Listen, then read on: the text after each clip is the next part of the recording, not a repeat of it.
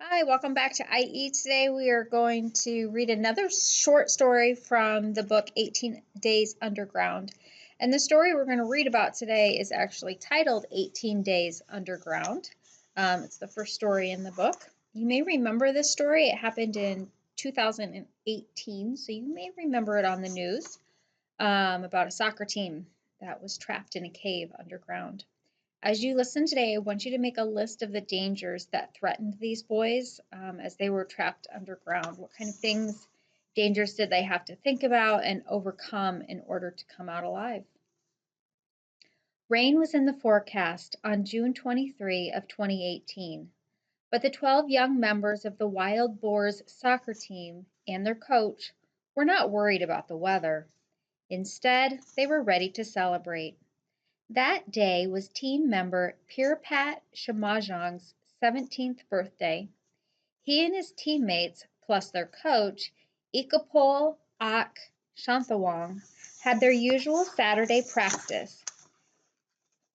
Then they decided to set off on another adventure.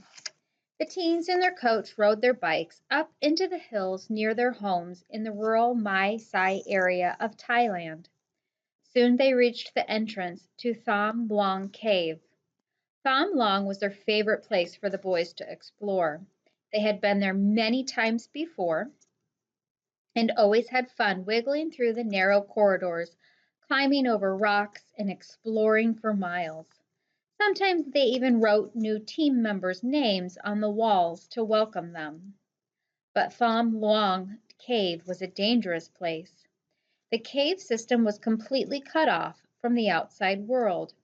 No GPS could navigate it, and no cell phone or Wi-Fi signals reached inside these rocky walls. Much of the cave system wasn't even on maps, and cave explorers, or spelunkers, called it one of the most dangerous caves in the world. The biggest danger in Tham Luang Cave was the water. During the rainy season, torrents of water rushed through the cave, flooding it for miles. Local officials even put a sign at the entrance to the cave warning people not to enter during the rainy season. Pierre Pat and his friends weren't worried about any of this. They had explored the cave many times without problems, and they did not think that today would be any different. So they dropped their bikes and their backpacks at the entrance and raced inside, carrying just their flashlights. They planned to stay for only an hour or so. Then it began to rain. A heavy downpour flooded into the cave, filling the passageways with rushing, muddy water. The flash flood surprised all of the wild boar soccer players. They had no chance but to venture deeper inside the cave to escape the deadly current. In no time at all, the boys and their coach were trapped, huddled on a 12-foot ledge just above the water. It did not take long for the boys' families to wonder where they were. Someone saw that the team had discussed going to Tham Luang in a group chat the day before. Family members rushed to the cave, and when they saw the bikes and bags at the entrance, they knew their worst fears were true. The boys were inside the cave, but where? Local officials and rescue crews came to the cave, but there wasn't much that they could do. The team could be anywhere inside the long, deep cave system. Were they even still alive? Or had they drowned in the rushing water?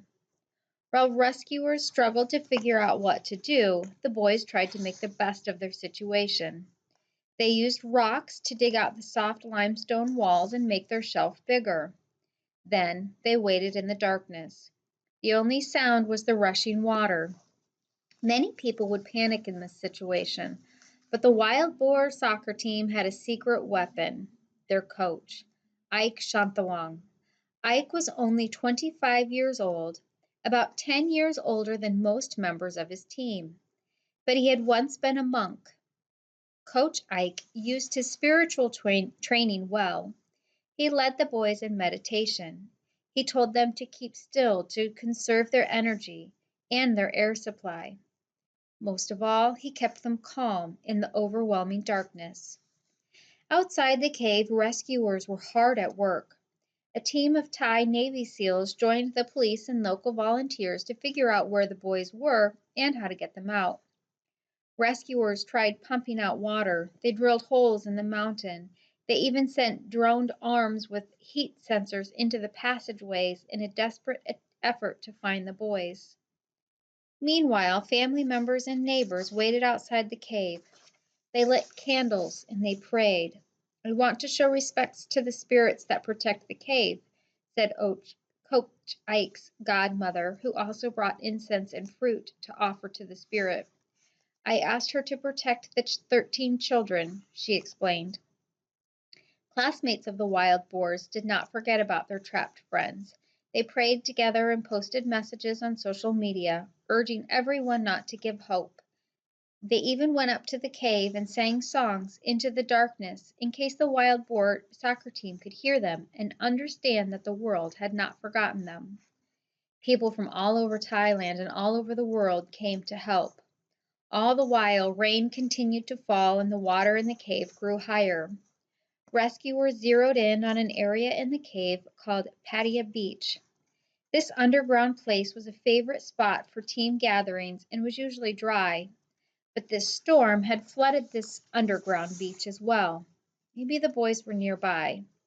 Specially trained cave divers from Thailand, Great Britain, the United States, Australia, and other countries joined the rescue efforts.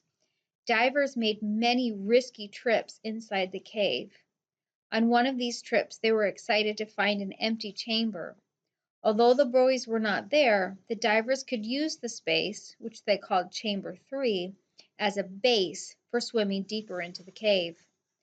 Finally, on July 2, more than a week after the wild boars disappeared, two British divers smelled something really bad. They shouted into the darkness. A few minutes later, they were greeted by an incredible sight.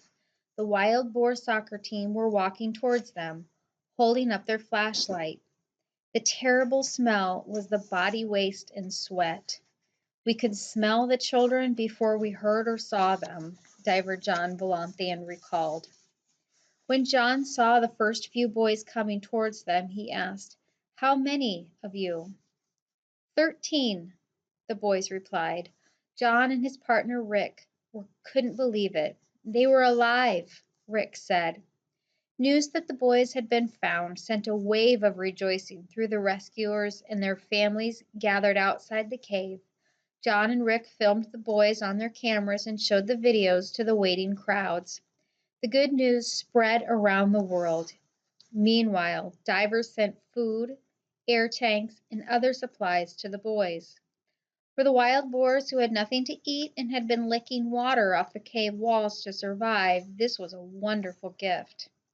The boys were also happy that a military doctor and two Navy SEALs would stay with them in their cave and do their best to keep them safe. The wild boars had been found, but they were not saved yet. John and Rick and the other divers had faced incredible difficult conditions just to get this far. The boys were more than a mile beneath the surface and more than 2 miles away from the entrance to the cave.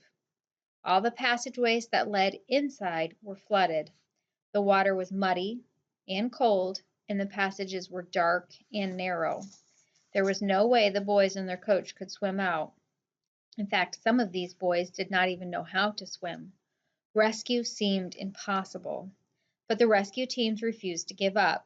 "Now the real work comes," one diver told the media. If the boys could not swim out, rescuers could swim in and get them out. Rescuers began working on a new and very daring plan. Then on July 6, tragedy struck. A former Thai Navy SEAL diver named Saman Guan was on a routine run to deliver air tanks to the boys. For some reason, he ran out of air in his own tank and lost consciousness inside the cave. His dive buddy pulled him out and tried to save him, but it was too late. Saman was dead. Saman's death hit everyone very hard. Saman was fit and healthy. He had taken part in triathlons and was in top physical shape. Still, the cave had killed him. People wondered how the boys could ever come out alive if a trained Navy diver could not survive. Despite the tragedy, rescuers kept working. Time was running out. The air supply in the boys' cavern was getting lower every day. They had to get out soon. Finally, rescuers came up with a way for the boys to swim out of the cave. But because the waters were dangerous for even experienced divers, the boys could not make the journey alone. Two divers would escort each boy through the flooded passageway. Even this plan had many obstacles because the passages were so narrow. The divers could not swim next to the boys. Instead, one diver would swim in front of a boy while the other diver swam behind. The boys would also need to wear oxygen masks and carry air tanks for the journey because much of their trip would be made underwater.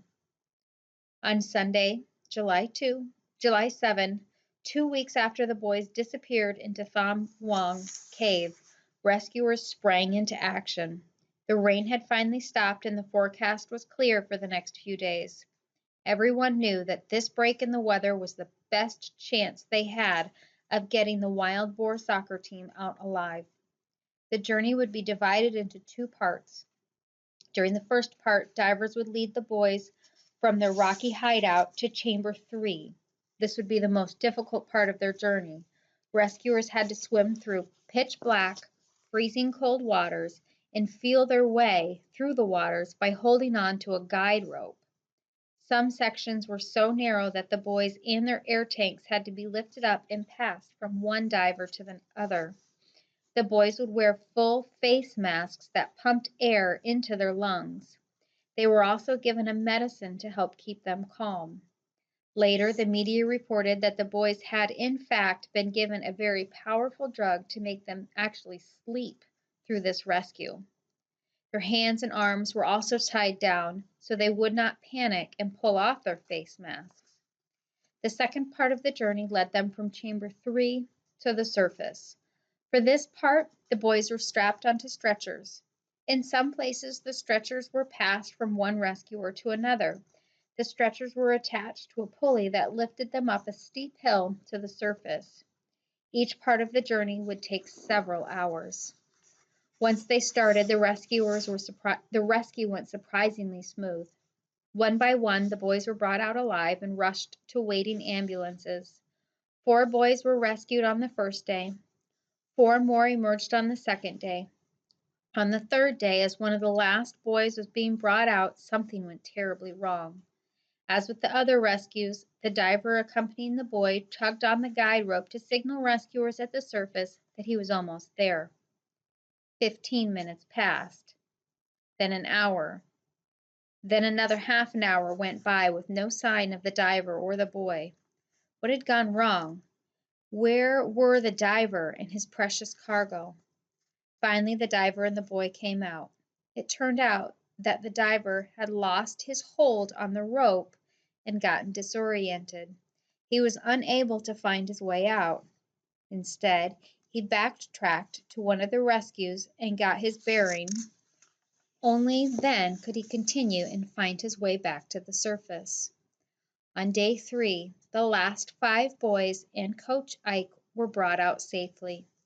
Soon afterwards, the doctor and the Navy SEAL who had stayed with the boys made their way out as well. Of all the boys and Coach Ike spent several days in the hospital. The boys were in surprisingly good spirits.